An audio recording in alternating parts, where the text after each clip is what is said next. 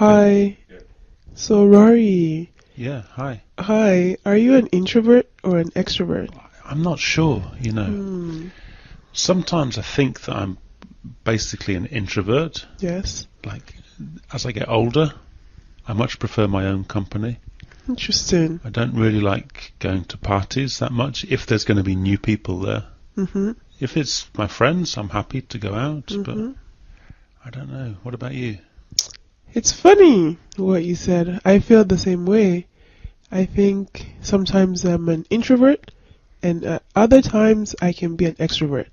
Mm-hmm. But maybe in reverse to what you said, I feel like the older I get, the more extroverted I become. That's interesting. While I was younger, I was a lot shyer, so I preferred my own company. Mm-hmm. But now I find that sometimes too, I really enjoy people, so I like to Right. meet new ones. Yeah. So yeah. In the classroom, as a teacher, I'm quite an extrovert, I think. I quite like being up in front of students, showing off, but I would never do that in front of other teachers or my friends Interesting. in my personal life. But it's something about the classroom, maybe because it's my environment and I'm in control, Yes. that I feel more comfortable, like being more extroverted and showing off, camping up. I think it would be a little difficult to be introverted if you were a language teacher.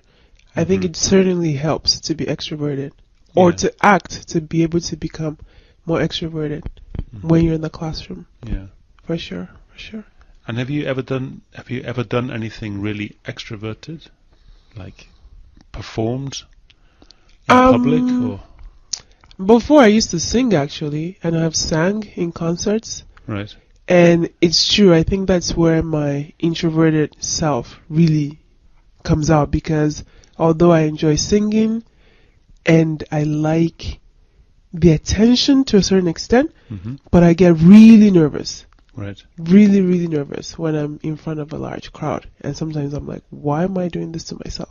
Why am I here? Yeah. But yeah, I don't do that so much Right. anymore. And do you think people can change? Do you think because people seem to want to become more extroverted, it seems to be like society says extroverted people are successful people. It's true. Do you think people can change, or do you think people should try to change? I've heard of actually people saying that depending on the language, that people change with language. I've heard of some of my students saying that when they speak in a different language, their personality actually changes. Right. Where maybe in their own language they may be quieter, but when they speak the different language, they become a lot more extroverted. Right. It's as if they change. Uh-huh. So whether or not it's a real change, I think you can fake it, quote unquote, even if you're not an extrovert or an introvert. Maybe for a few hours or for Right. the occasion, yeah, you can pretend and then go back. Right. I Yeah. wonder if when we speak a different language, we don't have the same connections with the words. That's true. Makes it easier to maybe speak more honestly and not worry about what other people think of us. That's true.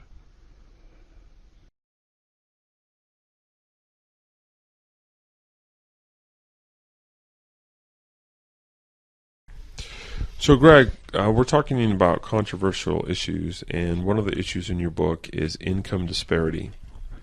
So, what do you think about minimum wage? Minimum wage, and a minimum wage I think is very important to have. Otherwise, employers are going to take advantage of people, pay them too little. Each society must decide what is a proper minimum wage, and that in itself is an issue. Yeah, What should it be? Actually, I disagree. I'm actually against the minimum wage. I think that, basically all markets find an equilibrium, and that if the wage goes too low, people just won't do the job. And so, basically, if you don't have a minimum wage, eventually society will come to a wage where people feel comfortable doing that work, that basically things will work out. And in theory, maybe you're right, but in reality, you're really wrong. I mean, take a look at some of these countries around the world where there are sweatshops, where you have children, because there are no rules regulating labor, and you have children who never educated, who spend their entire lives working almost like slaves in unhealthy conditions. That's what happens when there are no rules to protect workers. But I think that's somewhat true, but you said the key word that they're not educated. I think the problem there is that the people aren't educated, and that's what leads to the abject poverty that they might do a job like that. So don't you think that if people were educated more, they would not be willing to work such meaningless jobs or such jobs that pay so little? Many of those people, those children who are working like slaves, don't have a chance for any education. And often they're being exploited, not always, but sometimes by people who have had good education. Right. You know, I mean, take a child in some very poor country has to work to just to find food.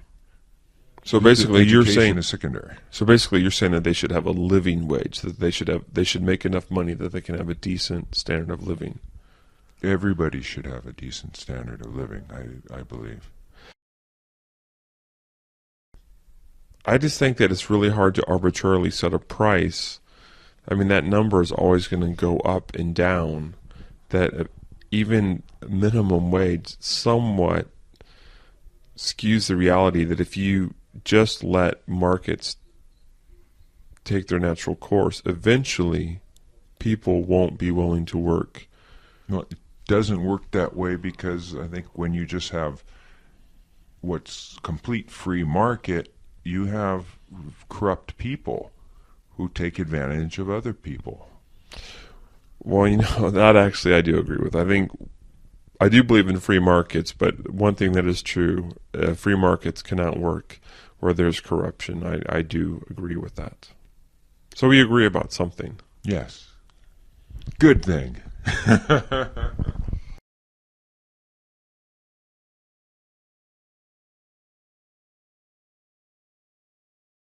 So Greg, you have a new book out, and your book has lots of controversial topics, and one of the topics is organ donation. So first, can you explain what organ donation is? Sure.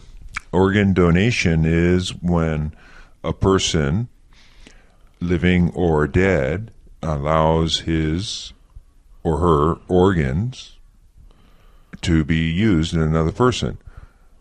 So, for example, like you donate a liver or kidney or something like that. That's right. And usually they have to get it, if the person dies, they have to get it soon. Yes, it has to be very soon. Yes. Right. So is this something that's common in most countries? Well, actually, some countries do not allow organ and tissue donation, or they allow only some organs and some tissues and not allow others. Your book is about controversial topics. What is controversial about organ donation? There's a lot of controversial aspects to organ donation. Again, as I mentioned, there are differences in every country. Some countries do not allow organ donation. Some allow some organs, some won't allow others. And there also have a case that say maybe 1,000 people need a kidney, but there's only 50 kidneys. Oh, yeah, Who right. is going to get it? Should the kidney go to the sickest person, but who might die? Should it go to the oldest person? Should it go to the youngest person? Should it go to the richest person? Right. How do you decide? What's a fair way to decide?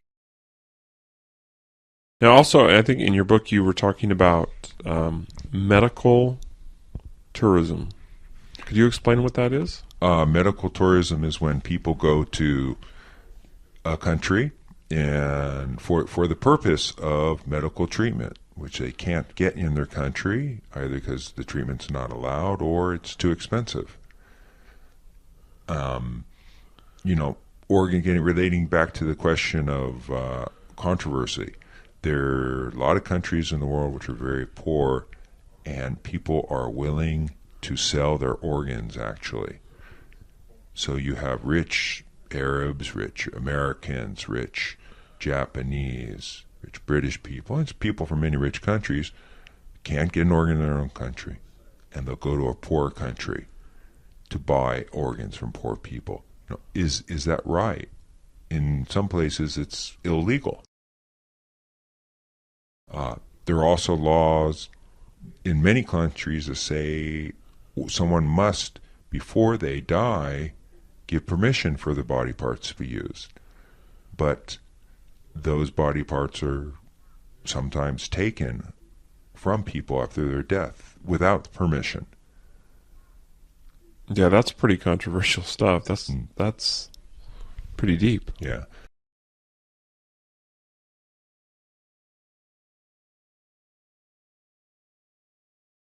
Well, I remember watching a television documentary in the United States a few years ago that at one point they brought up the subject of these toads that live in Australia that supposedly have some substance that is for humans hallucinogenic. Does that ring any bells with you? Well, I don't know about those ones specifically, but I know that in Australia, for example, we have a huge cane toad problem. Cane toads are very big toads. They're about the size of a small cantaloupe, probably. And someone brought them in at the turn of the 20th century, and they got loose in northern Australia, and now there's thousands and thousands and thousands of hectares covered with cane toads, and every year it costs the government a huge amount of money trying to control them, and they've become a pest, and that's one of the reasons why we have such strict quarantine regulations. Yeah. Of course, I guess we all know about the rabbits. Yes. Rabbits were first brought into Australia from Britain, and probably just as someone's pet, and one got out. You weren't on duty that day. So. I wasn't on duty that day, probably because it was maybe about 100 years ago. And, well, you did say previous life, so... That's true. Anyway, the rabbits got loose, and there was periods in Australian history where there were millions and millions of rabbits and huge control programs. And one of the things that they did to control them, which I think eventually did control them, was they gave them a disease called myxomatosis, which doesn't kill the rabbit but makes them go blind. Oh. So they get infected with it. I think it's transmitted by a small flea, and they go blind, and I think rather horribly they either starve to death or they just can't survive, and that was what controlled them in the end. Until they come up with an immunity to it. Yeah, they don't seem to have done that. I mean, they're still around a little bit, but not in the numbers, not in the plague numbers that they used to be in the past. Okay. So now it's toads that are the big problem. Yeah, well, there's other things as well, but yeah, toads are an ongoing problem.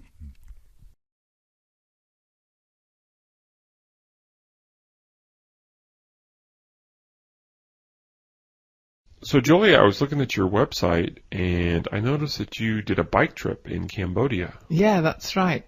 I joined an organization called Peppy, and we did a ride from Siem Reap to Vietnam, Ho Chi Minh City. Wow, that's pretty cool. Thank you.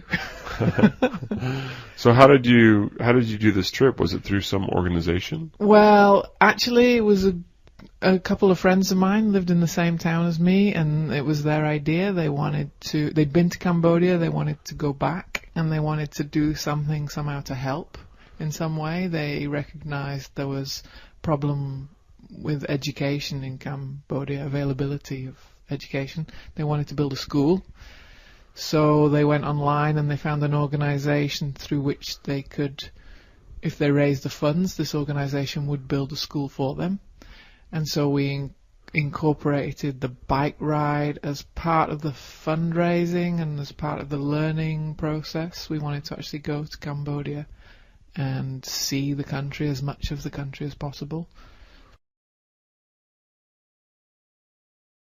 So that's pretty cool. So first, let's talk about the bike ride. Like, what exactly were the details of the trip? Well, it was this ride has now become an annual event, and obviously that was the first one. So the details were a little sketchy in the beginning. We kind of were making it up as we went along. We planned for about a year in terms of preparation, physical training, and planning the route, and raising the money, and deciding where we'd stay, how long it'd take, all those kind of things. And we hired bikes from a company in Cambodia. When we got there, they were mountain bikes. We had panniers. We actually got a company that sponsored us for those, so we could carry stuff with us. And we visited about 17 organizations during the ride, and other NGOs, other educational organizations, a few of the other schools that were part of this same project. We also visited them, and we took with us some teaching materials because we did some English classes and some environmental awareness classes as we rode. So those organizations kind of were the pinpoints of where we stopped and stayed. So for the bike ride, you started in Phnom Penh? We started in Siem Reap, which is near Angkor Wat, which is near where the school was built. And then from there you went to Phnom Penh? We set off from our school, which is on a road that runs towards the Thai border in a very rural place. It was an unpaved road. It was very bumpy, and it's about a 2-hour drive north of Siem Reap. So from the school, we headed down to Battambang, which is kind of the third biggest city. Not so famous, but it's a tourist destination also. A nice city, very nice city. And we followed around the lower edge of the Tonle Sap lake, and we did come into Phnom Penh. We spent a few nights in Phnom Penh. Then we headed down to the coast via a town called Kep, and ended up at Sihanoukville, which is one of the big it's the big tourist resort basically on the Cambodian coast. We stayed there a few nights. Then we looped back to Phnom Penh, spent another few nights in Phnom Penh, and then we followed the Mekong River through the delta and across the border into Vietnam and into Ho Chi Minh City. Wow, that's fantastic. It's beautiful.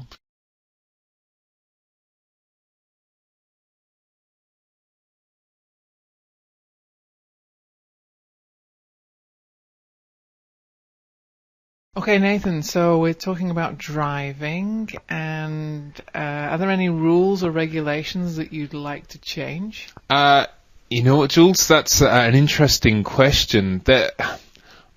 I'm not sure that I want to change rules, but I'd like the police to be stricter on the rules. Like, if people jump the traffic lights, I don't know why there isn't a camera at every set of traffic lights just to stop people from doing that, you know? Or like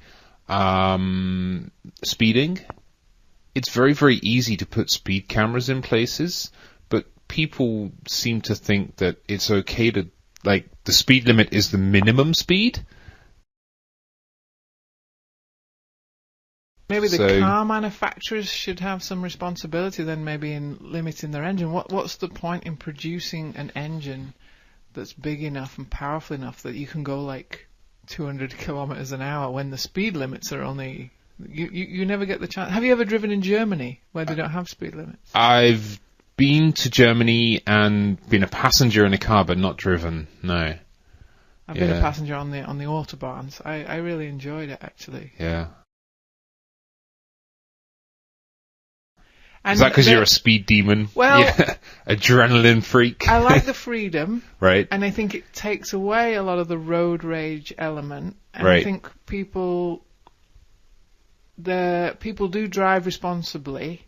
Often people break laws simply because the laws are there. You know, if the law isn't there, people drive within their ability range. So the autobahns, as far as I know, I think they have a very high safety rate. Oh, really? Yeah. They have less accidents because when you've got speed limits, this creates situations that actually present dangers on the road.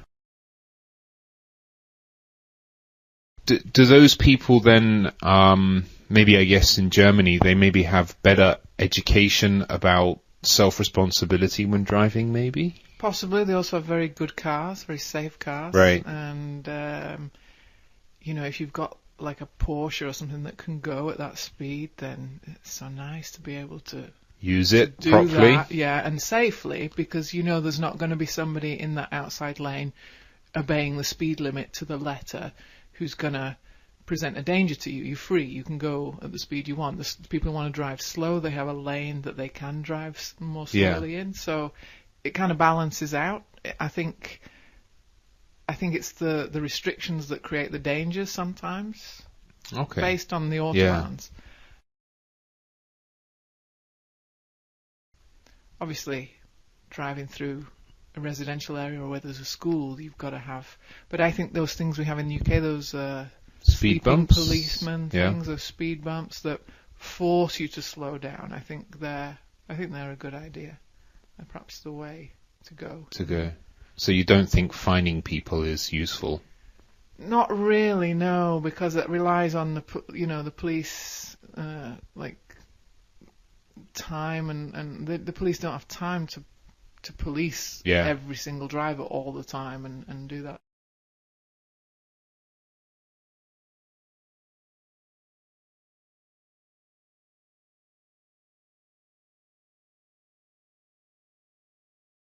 What were the road conditions like that you were riding on?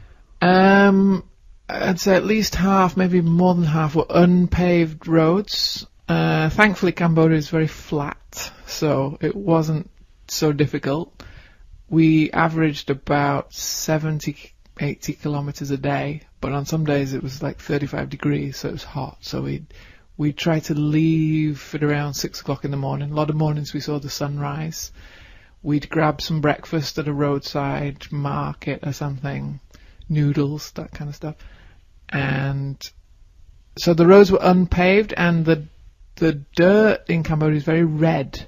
It's like a red clay. But very dusty though, right? Very dusty, so we had to wear scarves around our faces. When we arrived in the evenings at our destination, we were absolutely filthy. And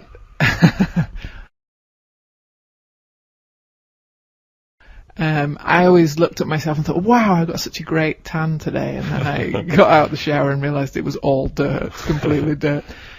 So we'd have to, a lot of Cambodians, so I think it's called a kramer. It's a kind of scarf they wear around their mouth, and like when they travel in the back of trucks and things, because the dust is phenomenal.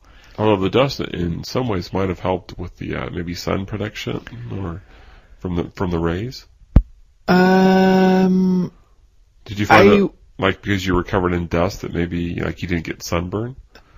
I did put a lot of sunscreen on every day because I was worried about that, and perhaps it did protect us, in that way. It just made us dirty. So what do the locals think? So you're driving through, this is, Cambodia is a very rural country. It is, and we chose some of the most rural areas because we wanted to see some of the more picturesque areas. I mean, it's stunning. The landscape there is stunning. There's a word in Cambodian language for foreigner, which is barang. And we got very used to hearing this word. Kids would come running across the field shouting, barang, barang, barang, barang, and they'd line the roads and they'd be like, hello, hello, hello, I love you, hello, hello. So we got used to this waving and cheering. I think they probably thought we looked like from another planet because we were on these quite quite high-tech mountain bikes, laden with front and rear panniers. We had some film equipment with us. A friend of ours had put a bracket on the front of his handlebars with a camera on it, and we often would have our iPods, our digital cameras out. They probably had never seen anything like us coming through. And then when we'd stop at these roadside kind of cafes, we'd just lay our bikes down beside the road, and they'd all come round but they were so polite and courteous and very reserved people. They never touched any of our stuff. They were always very respectful, and I had a very positive experience. Before we went there, I met quite a few people, quite a few Cambodians even, who said, "Oh, you can't do it, it's dangerous, you can't do it, you're going to get robbed, there's bandits, it's going to be really dangerous." And we didn't encounter a single danger. And in the whole 2 months, 6 riders, we had 1 puncture in the whole time. It was amazing. It was absolutely You only amazing. had one flat tire? One flat tire. That was it. And we had no problems with the bikes. And these are bumpy roads. Bumpy roads. Yeah, we were blessed. We went and had a blessing in a Buddhist temple before we set out, and then the monk blessed us for safe travel, blessed our bikes, and that was a nice ritual to do before we embarked but it worked. Oh, that's fantastic. Yeah.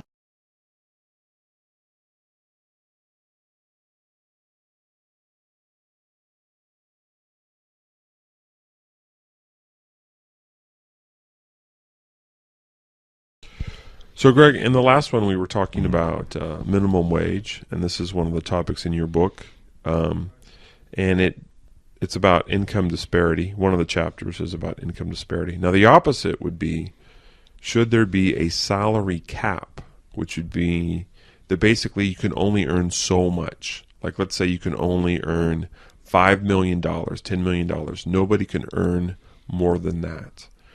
What do you think about that concept? I personally agree with a salary cap. I'm not sure how much it should be, but definitely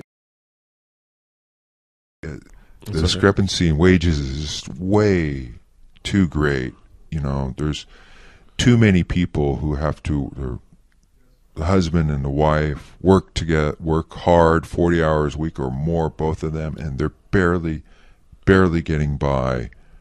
And then you got all these other people who are just buying Rolls-Royce cars and Mercedes and going to belonging to country clubs. It's not fair. But, well, for one, though, I mean, Mercedes and Rolls-Royce and those are products that provide jobs. So I would argue with that. I actually, as you can probably tell, I'm against the idea. Mainly because, I think that hurts innovation. You look at people like the CEO of a very powerful internet company or software company, and, take Google, for example. I'm sure that they make more than 10 million, but their service is used so much around the world that they should get that money. And if people couldn't earn that salary, then maybe they wouldn't have the same motivation and drive to be successful, and that people would lose out as a result. I think that there's no proof to say that these people are making these products because they're making such tremendous amounts of money. I mean, what came first? The product, and then they got the money in most cases. These people could be, the society can have all sorts of wonderful products and still have a fairer income system. And I have nothing against people becoming rich and making a good salary, or a very good salary, but not such an incredible gap. You have executives of some major international corporations that are making more money than millions of people in the world make combined. The opposite side of not having a cap is that you have people who are making too little. And those people also are working hard. Those people deserve validation. Those people deserve a good life standard, which millions of people across the world are not having. Well, I think I agree with you about that. I agree with you about that there's a lot of people that work hard and they are undercompensated. And there are a lot of people that get grossly overpaid. But I think that's just a problem of management, and that in some cases, some people do deserve, millions and millions, perhaps billions of dollars if they really have contributed to the product or the outcome. So basically, we're going to disagree on this one. Yeah.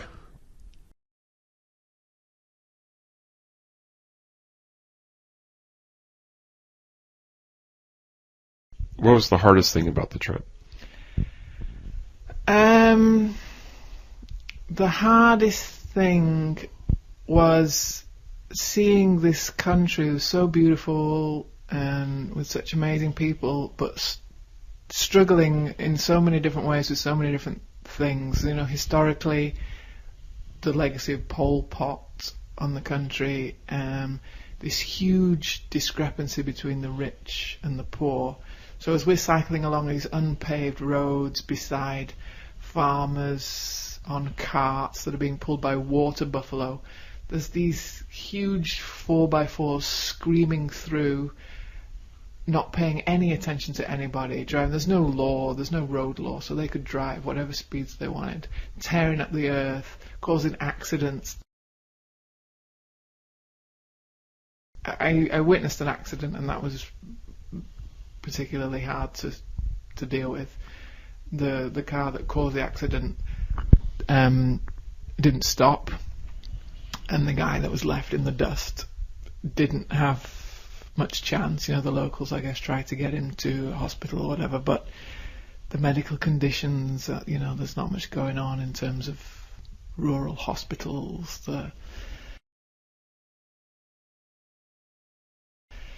People still dying from poor sanitation, water, malaria, these kind of things that we should be able to eradicate, instantly, that we have the knowledge and the know-how to do, but still struggling with that. And, being aware that education is so important and that people aren't getting it. Yeah. What was the best thing about the journey? The best thing about the journey was going to this place that seemed so exotic, and getting to see, how people live there, and how they smile at everybody. Like the people of Cambodia were so friendly and so peaceful and so, welcoming. It made me realize how privileged I really am in life, and the things that I take for granted. My education and the choices I have and things like that.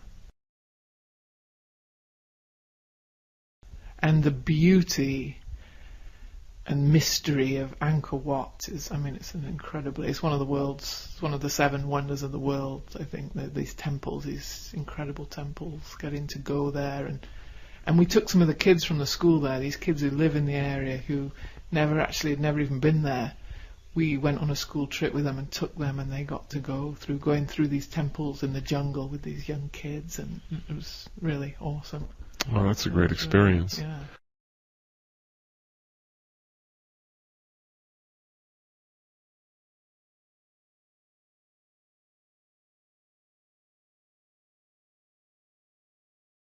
Hey, Rachel, I heard that actually in Scotland, if you don't have a job, that the government actually gives you money. Like, you don't have to work and you still get some money to live. Yeah, that's right. It's called unemployment benefit, or more casually, it's just called the dole, being on the dole. And you're only I think you're only entitled to it if you've actually been paying taxes for a while, and then you go on to something, a different kind of social welfare. But yeah. So if somebody's on the dole, if somebody loses their job and then the government gives them money, how long can they be on the dole? Can they be on it indefinitely, forever? I'm actually not sure. I was on the dole myself for a couple of weeks after I finished university. I know people complain about certain people in the country just never looking for work and being on the dole for years and years, but I don't think there's a lot of truth in that, because when you're on the dole, you have to go to the employment office regularly for interviews, and you have to show that you're looking for work. So I think maybe more of a problem is people on disability benefits. The government wants to reduce the number of people claiming disability because you can stay on that for years. So for the people that are on the dole, is there like a negative stigma to it? Like if you tell somebody you're on the dole, do people look at you like you're a loser or something like that? It kind of depends what social class you're coming from, I think. And class is such a big thing in Britain still.